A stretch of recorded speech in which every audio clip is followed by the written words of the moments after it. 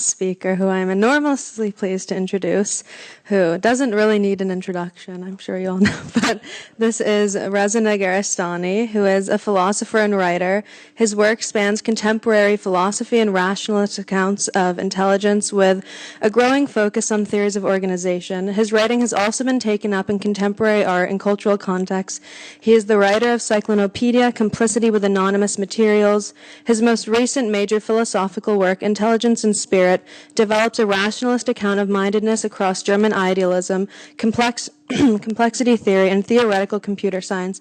And tonight he will fittingly, in relation to contemporary art, speak on contingency, complexity, complicity, and risk, drawing on Alexander Bogdanov's tektology and the Proletkult experiment. And without further ado, please join me in welcoming Reza. Thank you for coming.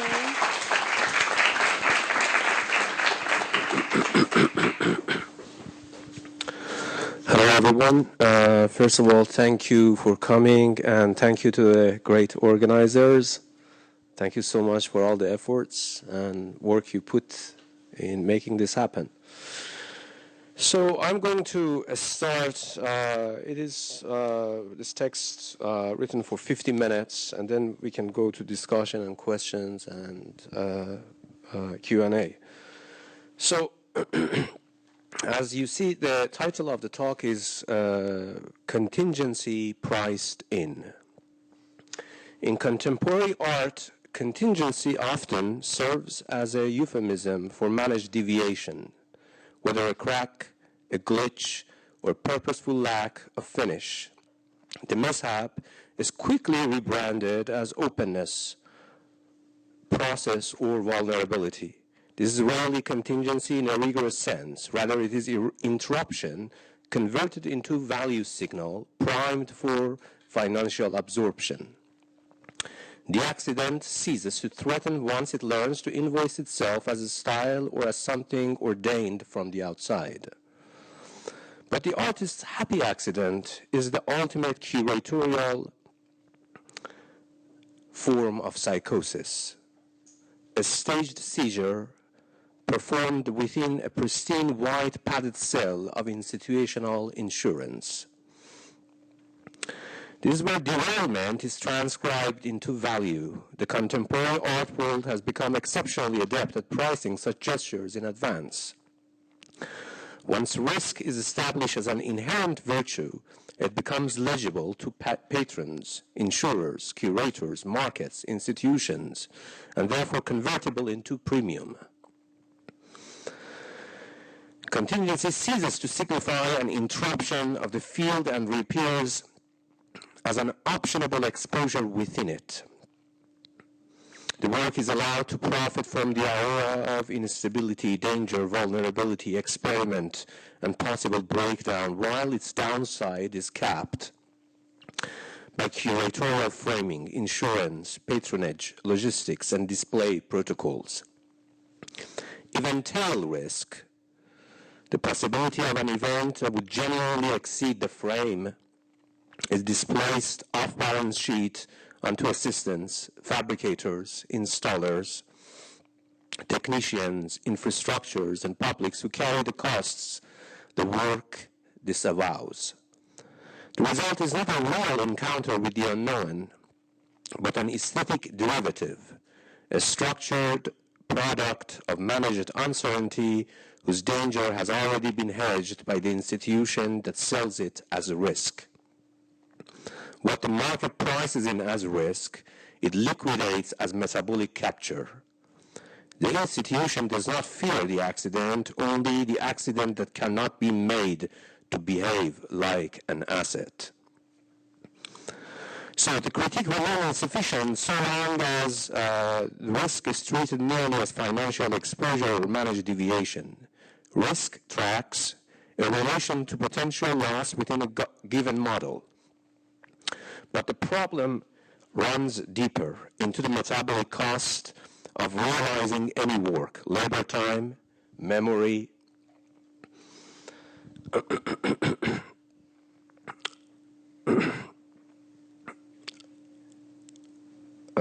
energy, infrastructure, training, maintenance, computation, and the accumulated history without which an object or practice would not exist.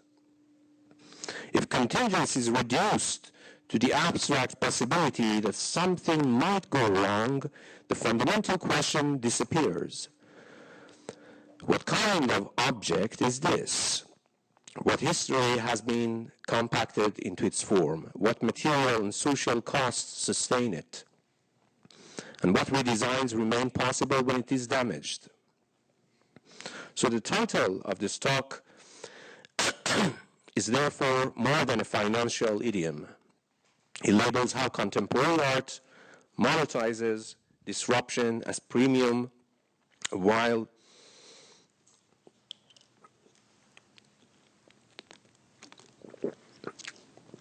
obscuring a deeper asymmetry of visibility. Which costs become legible as aesthetic or conceptual value and which are shunted into assistants, installers, shippers, coders, so on and so forth. Financial models do not generate cost ex nihilo. They select, compress, and price a narrow slice of a denser field of dependencies.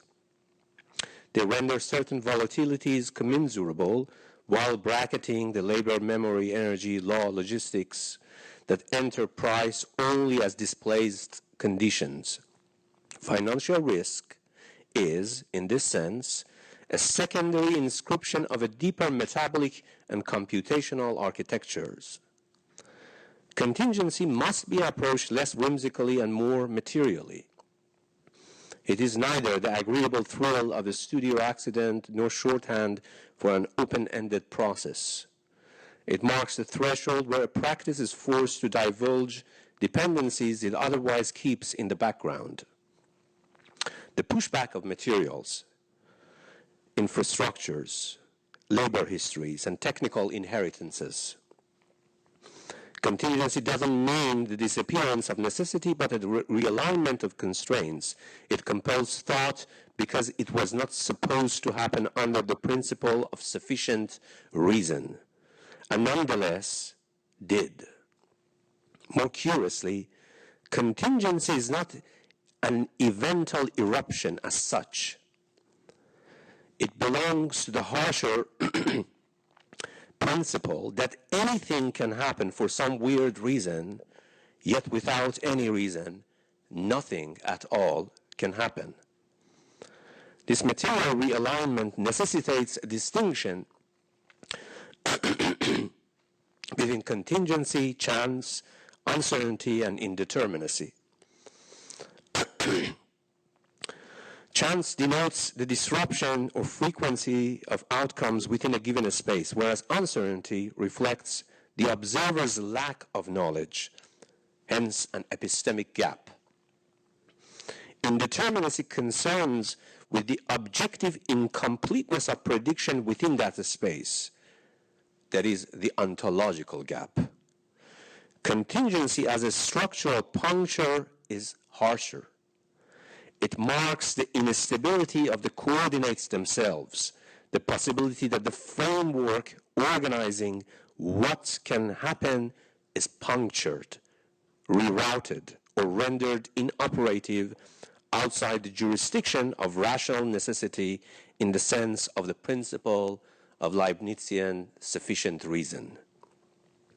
So contingency begins where commensurability is forced to answer to materials and conditions it did not choose. The rhetoric of openness presupposes its own limitation because it remains tethered to affordance. We can only be open within what we can afford materially, cognitively, institutionally, and effectively. The artist's celebrated openness toward the medium is therefore usually openness only toward trajectories compatible with the existing ecology of production and reception. What is embraced is not contingency as such, but congruent possibilities derived from it.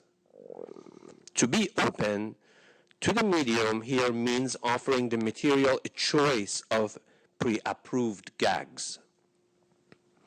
The artist declares openness to materials only insofar as the interaction remains intelligible as process, expressivity, or experimentation. The ideology of openness begins where the work occludes the forces carrying its dead weight. Accordingly, the distinction between being open to contingency and being opened by contingent materials, forces, or techniques is decisive. The former belongs to the ideology of managed experimentation, the latter is starker.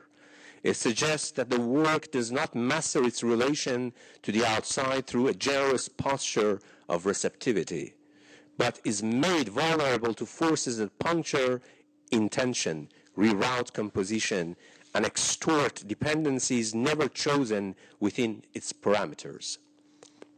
Here, contingency, then, is not an invited guest of the artist, but an impelling mechanism that forces the work to reveal its conditions of possibility not out of the back door of a gallery or museum, but from the unaccounted recesses of cognition itself. This suggests that much of what passes for contingency in the art world today is prearranged degradation performed over the ruin of the artwork. It appeals to curators, museums, gallerists who wish to showcase creative spirit while circumventing the nexus of social relations, labor, production, and value. A fracture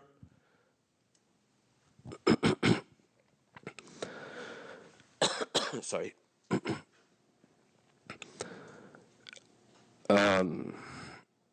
A fracture, processual remainder, technical glitch, or theatricalized fragility now operates as an standardized semiotic of seriousness, solidarity, or feigned vulnerability. Once failure turns into a signature, it ceases to be failure in any meaningful or consequential sense. It transmutes into a value-added damage.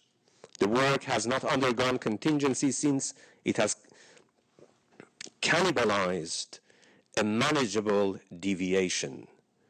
This logic extends to the discourse of complexity, which is often no better.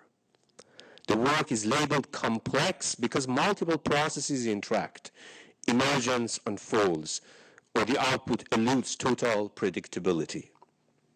Yet this still presupposes that contingency has already been translated into tractable possibilities. Complexity points to the regulated evolution of pre-authorized variables. Excluded are those recalcitrant, indifferent, or static possibilities that fail to contribute to emergence or conceptual payoff. In this familiar static vein, complexity is often contingency after domestication and defanging. Transcending this appropriated index of complexity requires moving beyond the anemic discourse of risk toward an exacting discipline of cost. Depth is what remains when an object refuses to be severed from the metabolic cost of its realization. This is where the deep object comes to the foreground. In the terminology of physicist and information complexity theories Charles H. Bennett, refined by Ming Li and Paul Vitani, a deep object is defined by a disparity at the heart of making. It may possess a compact generative description while requiring a protracted and a structured trajectory of realization. Logical depth pivots between Kolmogorov complexity, which measures minimal description length, and computational complexity, which measures the resources required by the generative process for the realization of that object. A deep object, hence, is expensive to realize even when its code is concise. And for that reason, it acts as a vessel for organized history.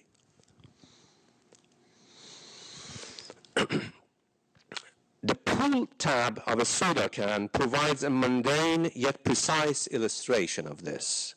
As litter, it appears trivial. As an object, it crystallizes geometry, industrial standards, metallurgy, stamping, logistics, food safety, ergonomic engineering, and non-trivial causal history. Operating as a two-stage lever that first punctures and vents the can and then tears the lid. The pull tab is not a thing in a regular sense, but a vector of compression of past techniques. Labor, time, and energy. Its form is not bare presence, but a compressed vector of past labor, intelligence, and infrastructural investment. An object is never merely there. It is the scar of labor, memory, and energy required to sustain the illusion of effortless presence. Every sleek, minimal surface is a crime scene where evidence of labor has been bleached away by the high wattage glare of so-called conceptual purity. To this extent, moving from the artist as a performer of risk to the artist as a systems engineer with a poetic impulse is to acknowledge that poesis is never a sovereign act of creation, but a custodial engagement with the physics of failure. The engineer does not fetishize collapse, but treats it as a definitive limit of an operational model. By integrating this ethos into the act of making, the work stops being an exalted happy accident and instead becomes a forensic site where the metabolic costs of its existence are accounted for. Here,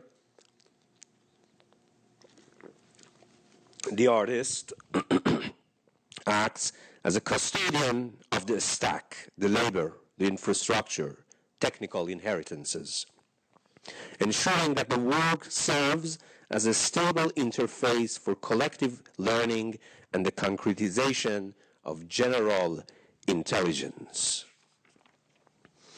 This shift towards deep object clarifies that the history of a work is not merely its past, but its present constitutional limit. I wouldn't claim in a naive historicist sense that the object is nothing but its history. The more particular formulation is that within the deep object record, the object's operative identity is inseparable from its generative history, its reconstruction cost, and the organized labor required for its realization and repair. This history is neither curated afterthought nor an optional background. Rather, it performs as an active constraint on the object's capacities and transformative potential. To compress the object by stripping away these reconstruction conditions is not an act of simplification, but a fundamental falsification. This is failure with a press release, ruin with an invoice, catastrophe already rehearsed for the opening night with wine and promised coffee table books no one reads down the line. Instead of serving as a fanciful metaphor, logical depth functions as a rigorous diagnostic tool. It's useful because many artworks, techniques, formats, and institutions appear as deep architecture since they present a relatively compact surface while remaining contingent upon protracted chains of training, calibration, maintenance, protocol, and repair. The point is not to subject every artwork to a software-centric metric, but to use the distinction between shallow compression and costly realization to expose the work's internal logic. This allows us to ask whether a work integrates the history that renders it operational, or merely extracts an image from that history and sells it back as freedom and creativity. This structural tension is best understood through Alexander Bogdanov tektology, from the Greek word tekton, meaning building, the science of universal organizational principles. In a technological sense, the deep object is situated between two corridors. Back to the previous slide. Above it lies design space, the domain of admissible redesigns, recomposition, and model possibilities, and re-specifications. Below it lies metabolism, the domain of costs, material exchanges, labor conditions, infrastructural thresholds, ecological burdens, and expanding computational constraints. A deep object is deep insofar as it remains answerable and responsive to both. It is susceptible to redesign, but never without cost. It bears the weight of metabolism not as ballast, but as a reservoir for recomposition. Depth, therefore, is this bidirectional responsiveness, downward tethering to cost and upward orientation toward possibility. This structural responsiveness brings us to the Marxian concept of metabolic rift. A metabolic rift, according to Marx and John Bellamy Foster, occurs when the costs of sustaining the process are externalized from the feedback loops that would otherwise register and remediate them. The system persists by degrading the condition of its own reproduction elsewhere.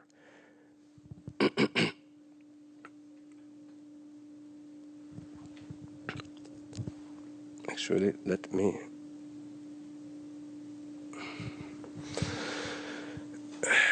When this insight is synthesized with informational complexity theory, a sharper picture emerges. The metabolic rift frame identifies where costs are displaced, while the logical depth frame explains why such displacement falsifies the object. If that labor of realization is occluded or redacted from the audit sheet, the object's autonomy is revealed as ideological. We consume not its material truth, but the curated surface of its labor. This occlusion of the material truth is precisely what allows contingency to be priced in as premium. Much of contemporary art ascends toward design space while systematically externalizing its metabolism. It celebrates variation, conceptual agility, speculative openness, yet it offloads the costs of these operations onto hidden labor, fabrication chains, and technical infrastructures. Consequently, what is priced in at the level of the artwork is merely the premium of the performative risk, while the metabolic and computational debts that render that risk intelligible are liquidated elsewhere. In a nutshell, the capacity of contemporary financial artwork has bottomed out as a tax haven of metabolic debt with regard to labor and its affinity to value. The work achieved the appearance of adventurousness only because its material liabilities have been rerouted. Indeed, a work manifests as contemporary at the precise moment its costs are obscured enough to pass for unencumbered freedom. By contrast, a tektological account of the deep object pierces through this illusion. It asks what accreted labor, techniques, infrastructures, maintenance protocols, and reconstruction traces are compacted into the work's present coherence. It asks whether the work maintains an intelligible bridge between the space of redesign and the domain of material constraint, or whether it only converts the former into a spectacle, while abandoning the latter to invisibility. A shallow work or object on this account is more than just an aesthetic failure, for it is an object whose claims to contingency have been forcibly severed from the organizational and metabolic histories that sustain them. This tektological scrutiny allows for a radical re-specification of technique.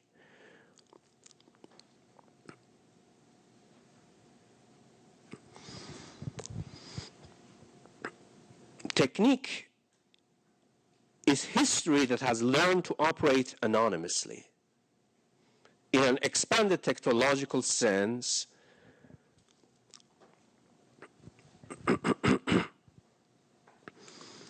technique denotes organized procedures distributed across bodies, habits, devices, institutions, standards, software, protocols of cognition, and social coordination. A technique may manifest as a gesture, a montage grammar, a fabrication routine, or logistical sequence. However, what unifies these is not the medium, but their capacity to stabilize operations while serving as vessels for sedimented histories of selection and constraint, and their eventual deviation, i.e., through contingency. Technique, when viewed through this deep object lens,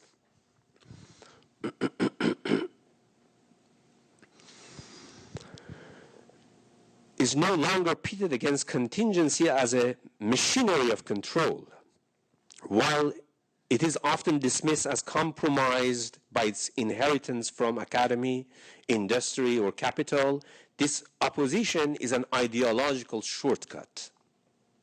Technique is not the negation of contingency, it is one of the primary modes through which contingency is socially stored and transmitted.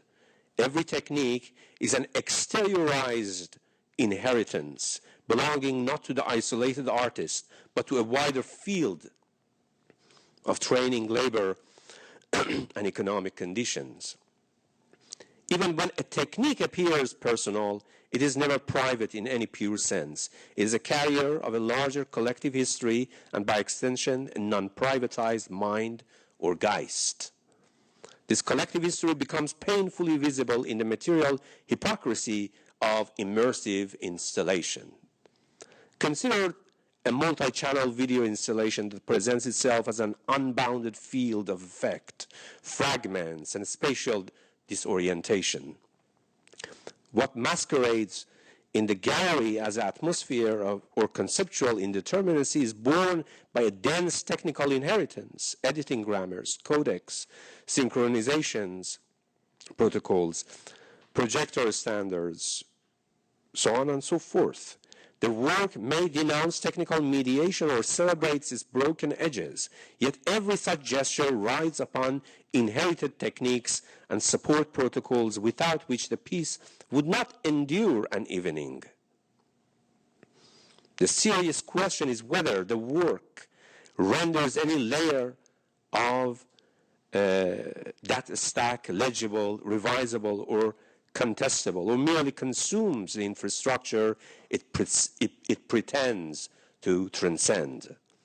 The immersive installation does not dissolve boundaries, it hides the plumbing of its own survival, demanding the viewer mistake a life support system for a Swiss glacial vibe whose proof of life is the airless, kerning tight authority of a press release printed in Helvetica Neue.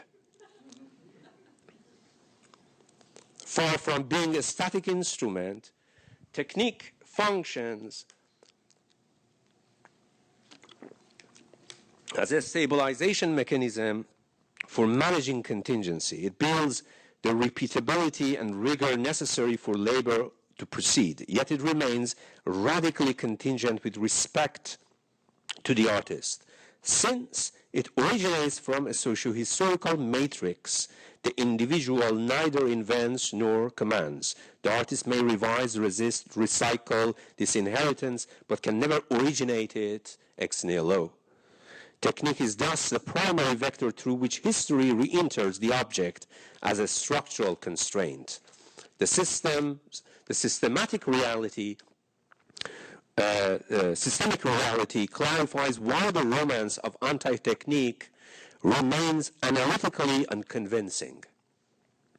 The denunciation of technique as capitalist, disciplinary, or impure often rests on the fantasy that a spontaneity, improvisation, or refusal can provide unmediated access to the contingent real. Spontaneity is the luxury of those who have successfully externalized their maintenance elsewhere. The refusal of technique or anti-technique is often only technique in the negative mode and with rather some shady agendas. A style of disavowal with its own protocols, signatures, and rewards. There is no outside of technique. The question is not whether technique is present, but toward what end it is mobilized.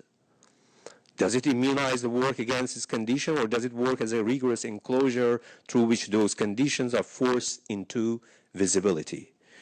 This demand for structural accountability suggests that closure should not be mistaken for purity or withdrawal. I mean, enough coherence for the work to be exposed to what exceeds it. Closure is not the opposite of openness, but the necessary condition under which the outside can actually be manifested in the work. Some closure harden into dogma, of course. Therefore, the question is which closures preserve revisability and which destroy it. Without closure, the work dissolves into formless process and apology. With it, the work matures as fully accountable to its materials, histories, and publics. Bogdanov's tektological project provides the blueprint of this metabolic integrity, treating organization as the active construction of interfaces among heterogeneous practices. Within the Proletkult framework, the objective was neither to ornament labor with culture nor to collapse art into crude productivism. It was to engineer mediations among workers, poets, engineers, technicians, scientists, such that culture could serve as an organon for the reorganization of perception, evaluation, and collective capacity in direct relation to the material conditions of production. Proletarian culture, or Proletkult, in this light was never a mere aesthetic style as it was systematic interface building project. This lens reveals that Proletkult was fundamentally an attempt to bridge practices traditionally kept apart. It forged a nexus between methods of labor and modes of perception, technical pedagogy, and artistic experimentation, workshop protocols, and social composition. It asked how one might restructure the circuit connecting, making, knowing, and coordinating, rather than passively accepting the partitions that segregated art, poetry, science, and engineering. So Bogdanov remains more radical than contemporary proponents of relationality precisely because he does not treat collaboration as a sentimental ethical good. Instead, he treats it as a problem of organizational engineering.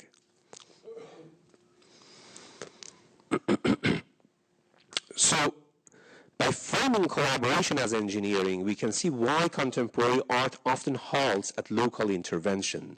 It over-valorizes the site, the ephemeral gesture, the situated encounter, or the discrete puncture within discourse. Such maneuvers can matter, but Bogdanov never regarded local intervention as self-sufficient. For him, the local was a forensic site where mechanisms could be identified, where habits, techniques, and divisions of labor could be retooled. Yet the local was only the generative substrate.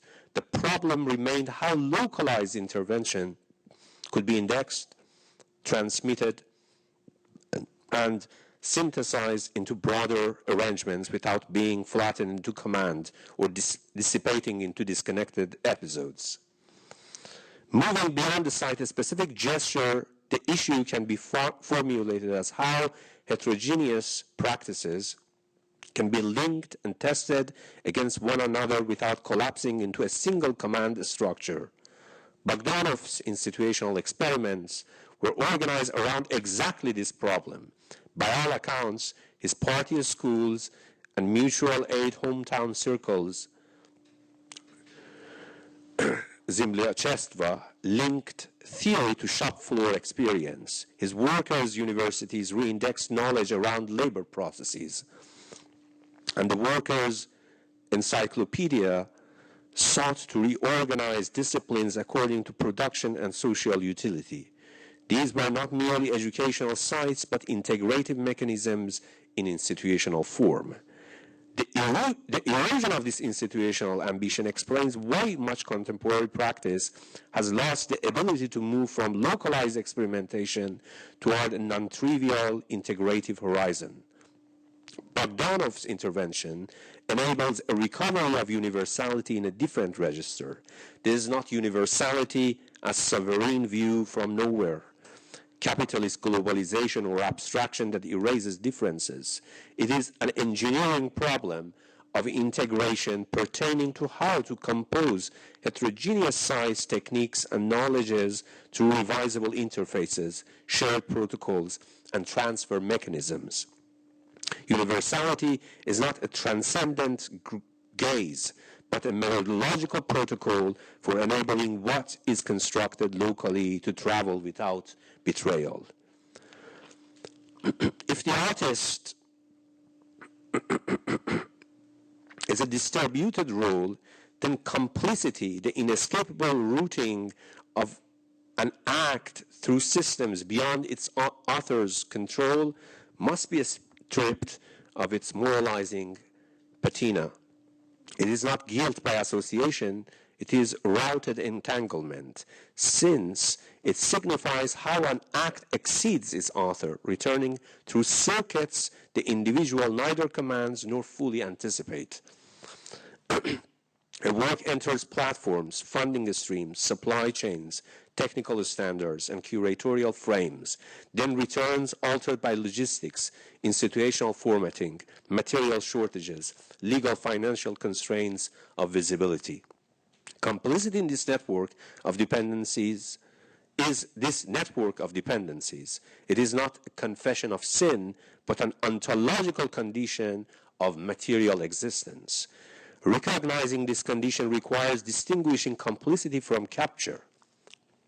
Complicity implies a work traversed by routes it does not author. Capture occurs when those routes harden into unidirectional determinations, when the work loses the interfaces necessary to track costs, redescribe dependencies, and revise its trajectory. In this light, complicity should not catalyze cynicism. It should trigger navigational inquiry.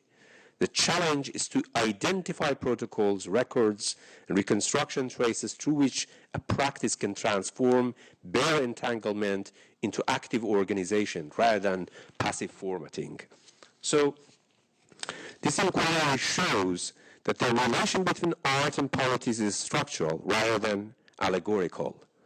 Both confront the same organizational problem: how to preserve, transmit, re-engineer localized gains across heterogeneous sites, how to prevent situated interventions from evaporating with the event, and how to sustain self-revision without yielding either to centralized command or to the market's circulation formats.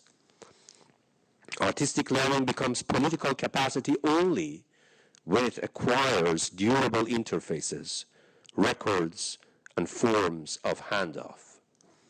The workshop format clarifies its nexus.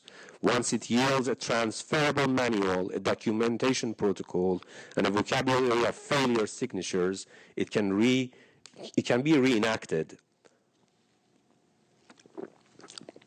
elsewhere under altered local conditions without forfeiting its intelligence.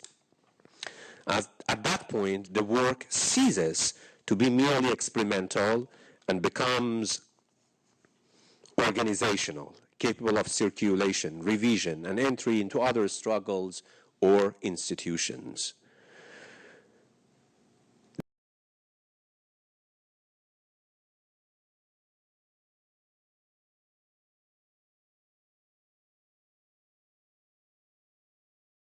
Structural autopsy of the contemporary field. The phrase marks more than the market's absorption of disruption, since it designates the way institutions valorize the optics of risk while externalizing material cost onto fabricators, coders, and precarious labor. It also shows how the artist's performative intimacy with matter screens the technical and infrastructural stacks that make the work possible. The contemporary artist becomes less a creator than a tax haven of metabolic debt, laundering the exhaustion of invisible labor into the energy of a single signature. In the end, the falsification is fundamental. Contemporary art mistakes a speculative premium for a commitment to cost, history, and depth. It prices a stylized sign of contingency while pricing out the metabolic and computational history through which the object is realized. The critical labor shifts then when the celebration of contingency to its forensic noir, CSI-styled investigation begins. We must ask which contingencies are being priced, by whom and at whose expense, which shocks are insured and which failures are aestheticized, which constraints remain hidden and which forms of labor vanish behind the glamour of the process. We must identify which techniques are presented as private inventions when they are social deposits, and which materials are said to speak when the voice is actually that of a logistical and institutional arrangement. Metabolic realism treats every work, form, or practice as inseparable from the material, technical, and social costs of its realization, maintenance, and transformation. It indicates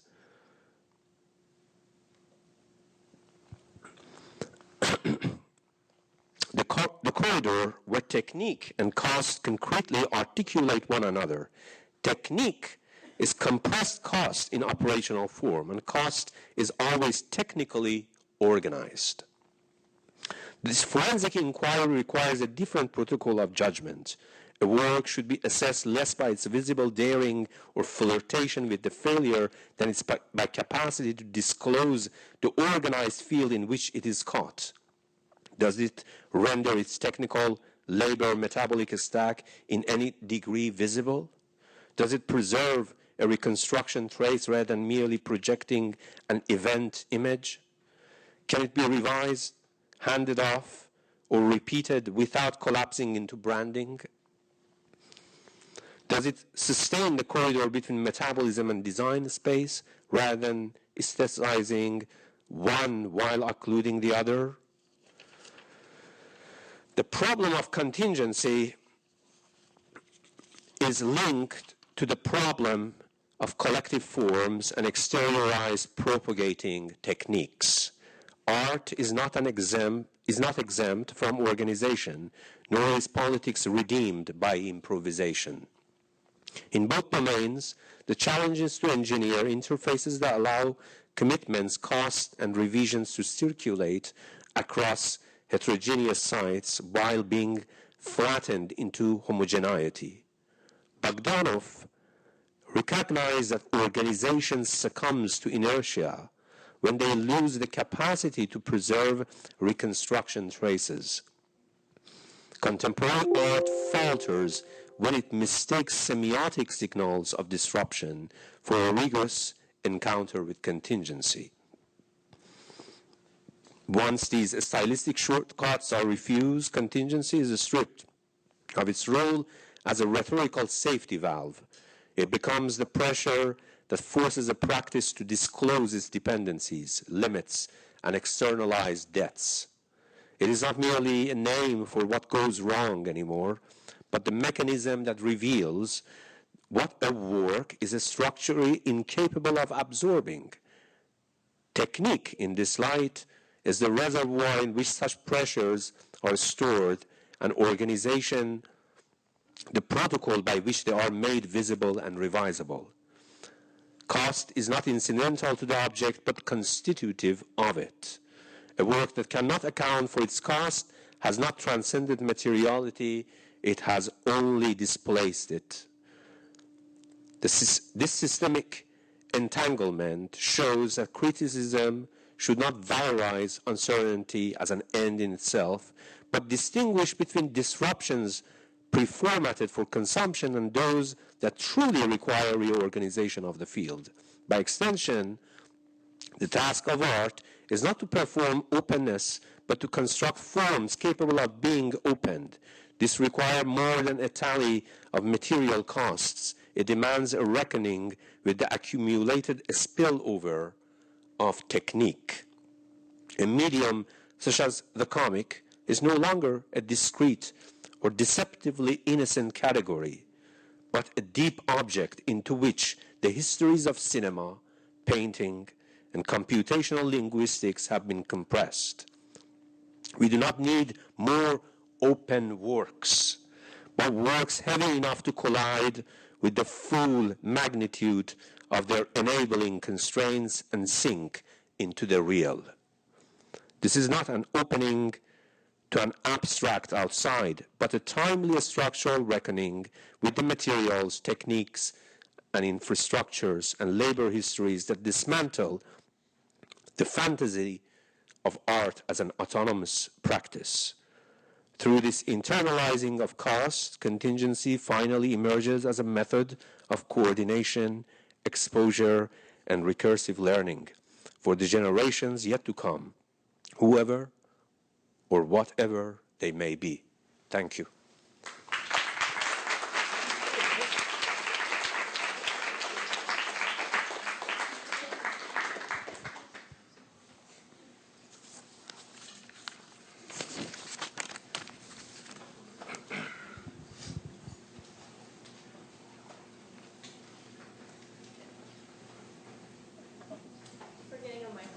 Oh, yes.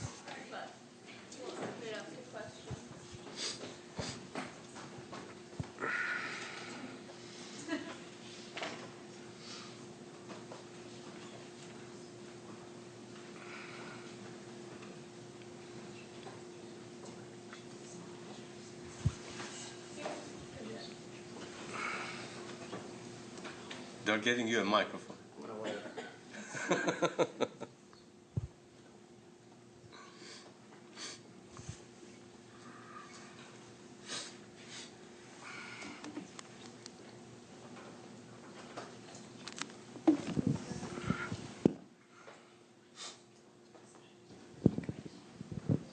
Hi. Hello. Okay, let me see.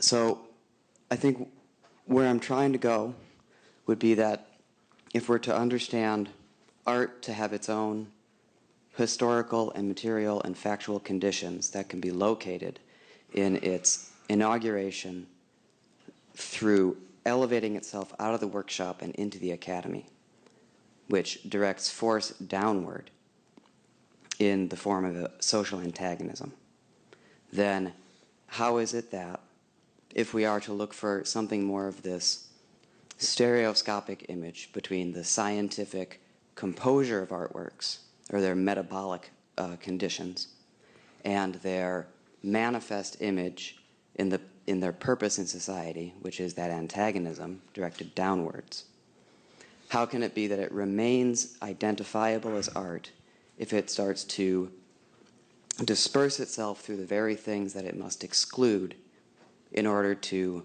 be recognizable? Yes, that's a very good question.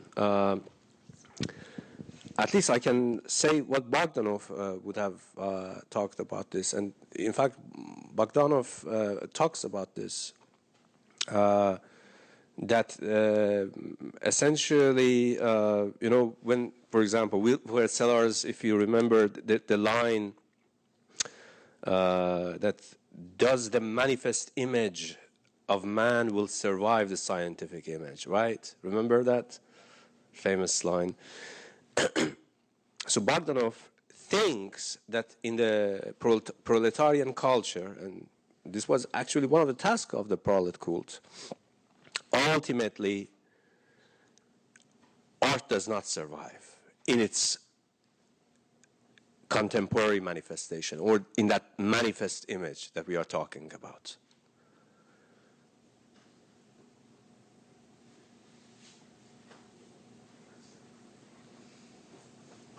There would be no art as we now know it.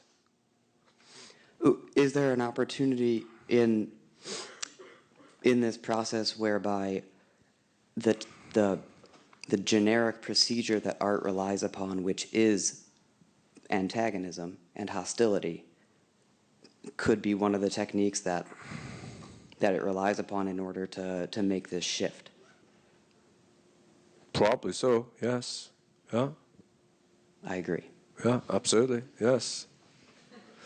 I was talking earlier, the first, this is strange actually, the first issue of the Proletkult, the first essay for it is written by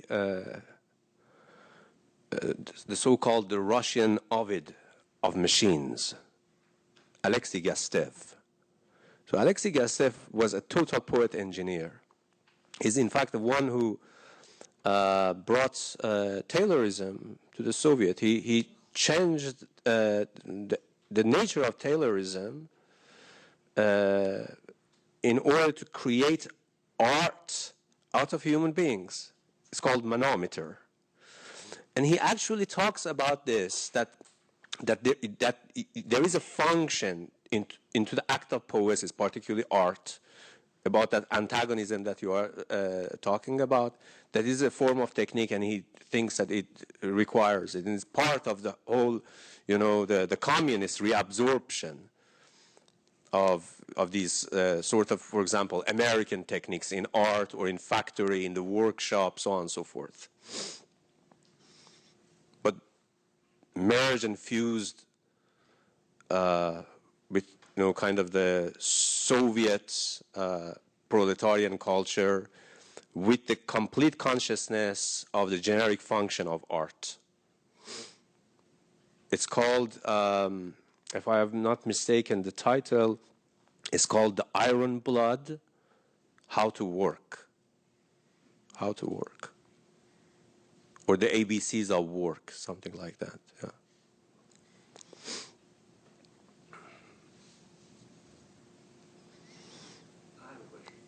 It's not a question, actually. But so, Reza, thank you very much, my friend. It just throughout the talk, I was constantly thinking, what about the problem of exemplification? It would be super interesting, I think, for you at some point to choose an actual object which has an image and to make it go through all the testing that you're suggesting and to prove to us that it doesn't survive. Actually, there was here. So Josh Kuline, the creative hand of artists. okay, but I would say that this work was never alive in the first place. So, yeah, I mean, in other words, this is where we are. You're an engineer. We have to test all these ideas, and the art object does exist, and you have to show us that it cannot survive because of everything you're talking about. So I'm not convinced yet. And in other words, the testing hasn't happened as far as I'm concerned, but I would love it to happen eventually, and we should probably make a project out of it and see what happens, because everything you say is possible, but let's see if it actually is possible. Okay. It's not a question. It's let's go to the lab.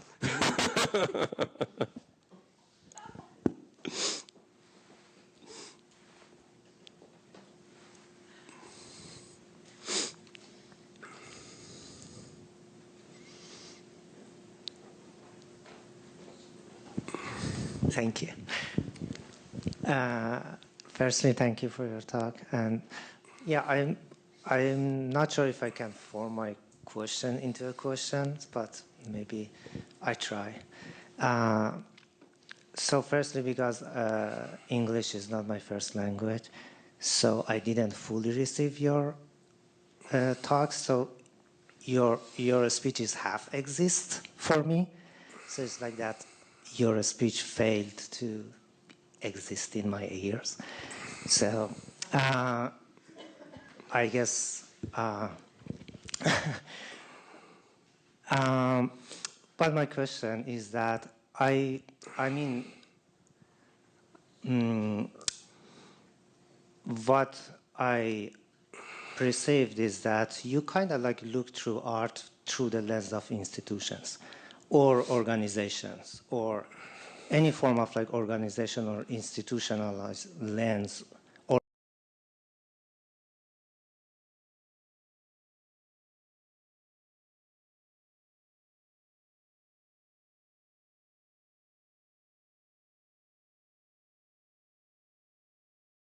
the knowledge units, not necessarily something that depended on techniques, but it depends on techniques as much as writing is dependent on techniques. It's dependent on history as much as writing depends on history. So it's a form of communication. Like each work of art is a unit, is an intelligent unit that, yes, might communicate, might be translatable, might not, might exist or might be easy to monetize or might exist in another world. But like, do you see another spaces beside those like institutionalized lens on art that art could exist, could communicate, could change as a form of unit, specifically like for art that can exist longer than the lives through different systems of knowledge? Yes. Well, I mean, great question. I mean, let's just forego with the issue of institution because that's a different complex, intricate form of complicity, and whatever sort of example I have, it has its own institutional backdrop. But yes, I mean, I intentionally brought comic. Comic is, and I could actually add video games, right? Comic and video games, I think, are very great examples. But of course, then we go to the video game. I actually wrote this forward for a friend of mine. His book is coming from Verso. It's called The Contagiousness of the Real, and it's about the idea of labor and video games industry, right? And the whole idea of the Gamergate culture and all the scandals, the bro mentality, the extremely toxic masculinity that, going in the forums, gaming forums. But nevertheless, when we look at that translatability that we were talking about, right, and reconstruction trace, in video games you can actually see it. Not just because they are a piece of software, but because they are actually, I would say that we are just too late to ask whether video games are art or not. It just doesn't mean anything. But what sort of worlds have they made? Yes? In the sense of Nelson Goodman, that the question of the work of art is really the question of world making, not world building, world making a world, Yes, video games and comics. Of course, Keith is over there, great comic theorist and expert. Yes, someone back in the...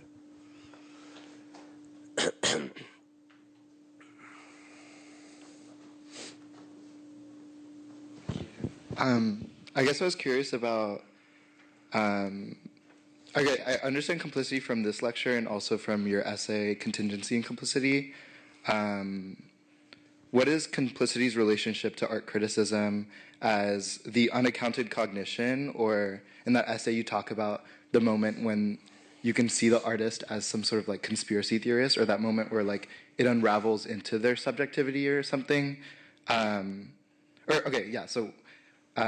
if complicity is this unaccounted cognition, then, or this is I'm asking for maybe like more elaboration on complicity relation to art criticism, because my read is that, yeah, this unaccounted cognition can only be understood by, or evaluated by that who does not have the same metabolism or conditions of life, as that is what constitutes its, that unaccounted cognition, as it cannot be said, or like it cannot be understood from the same person who does not realize their complicity.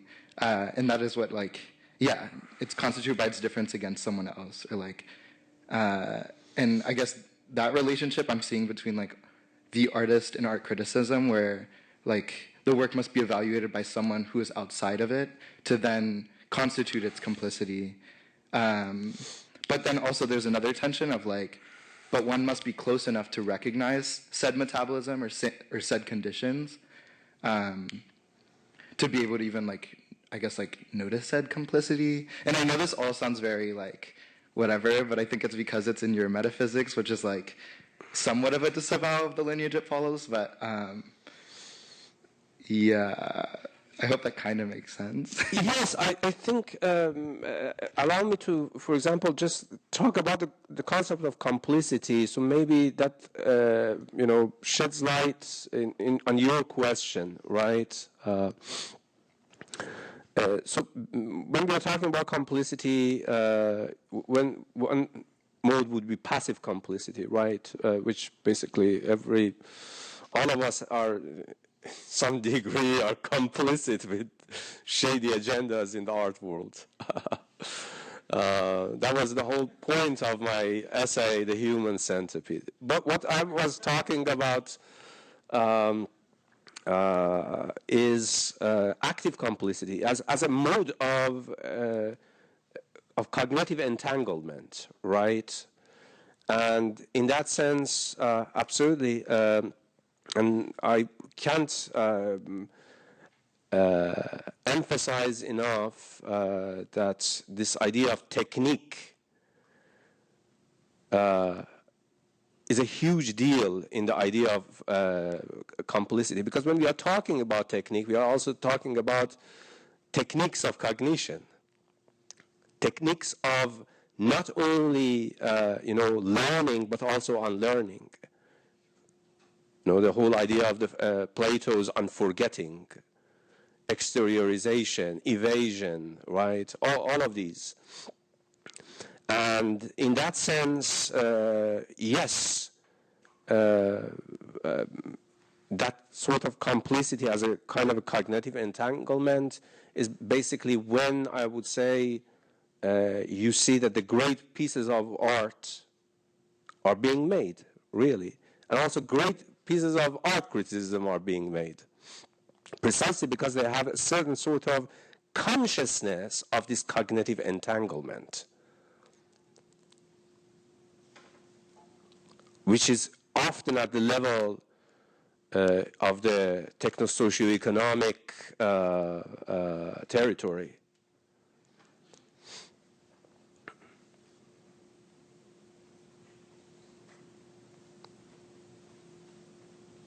Are we done going for cigarettes outside? Someone is already. Any other questions?